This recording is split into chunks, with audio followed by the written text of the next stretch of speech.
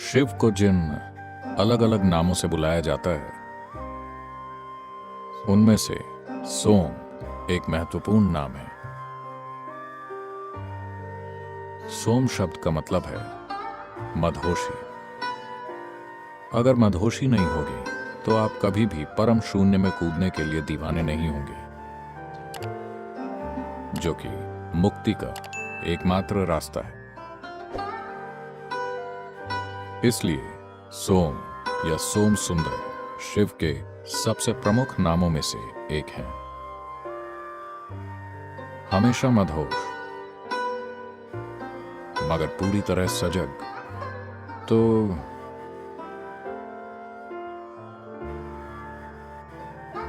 कहानी इस तरह है। शिव कैलाश के पास पूरी मदहोशी की हालत में बैठे थे। पूरे भारत में खबर फैल गई कि वहां एक आदमी बैठा हुआ है, इतना शानदार आदमी कि धीरे धीरे साल दर साल लोगों ने वहां की यात्रा करनी शुरू कर दी। एक लड़की थी जो हिमालय राज्य की राजकुमारी थी।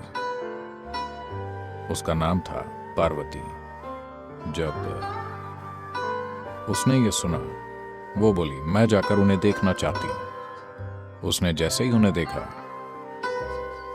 वो उनसे पूरी तरह अभिभूत हो गई। वो बोली, मैं शादी करूंगी तो सिर्फ इसी आदमी से। फिर किसी और ने साजिश रची और वो विवाह के लिए तैयार हो गए। एक भव्य शादी आयोजित की गई। सारे महत्वपूर्ण लोग वहां मौजूद थे। दुल्हन सजी संवरी बैठी थी। हर कोई दूल्हे का इंतजार कर रहा था। और फिर दूल्हा आया। शिव अंदर आए। पूरे शरीर पर राख, बालों में जटाएं, पूरी तरह मदहोश। और उनके मित्र भूत, पिशाच और टेढ़े मेढ़े प्राणी तरह तरह की आवाजें निकाल रहे थे।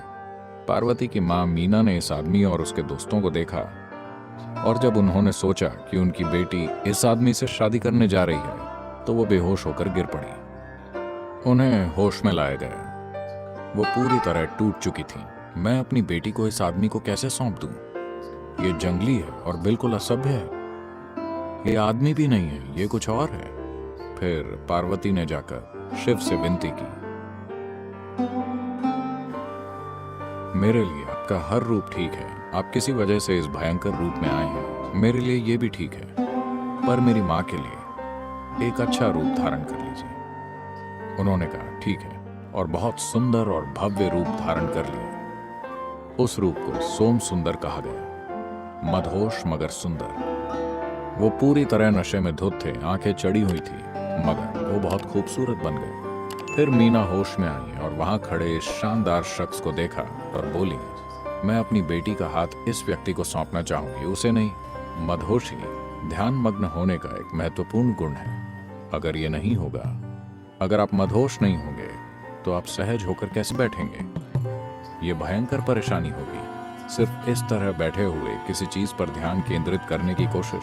इसलिए ये शिव का मूल गुण है। तो उनके सिर पर चंद्रमा है, जो इस बात का प्रतीक है कि वो हमेशा खुद ही मदहोश होते हैं, किसी पदार्थ से नहीं। शिव के लगातार सोमरस पीने का मतलब है वो शराबी नहीं थे। वो बस उस चांदनी को पीते रहते थे जिसे वो हमेशा अपने बालों पर रखते थे और लगातार मदहोश रहते थे। यह आनंदित स्थिति अपने आप में एक लक्ष्य नहीं है। ये आनंदित स्थितियां कष्ट का डर मिटा देती हैं। जब कष्ट का डर नहीं होता, जब मेरा क्या होगा ये विचार आपके अंदर से पूरी तरह खत्म होता है, सिर्फ तभी आप जीवन की खोज करने का साहस करेंगे। वरना आप सिर्फ उसे बचाना चाहेंगे। चाहे करियर हो या कारोबार, सब सुरक्षा के लिए।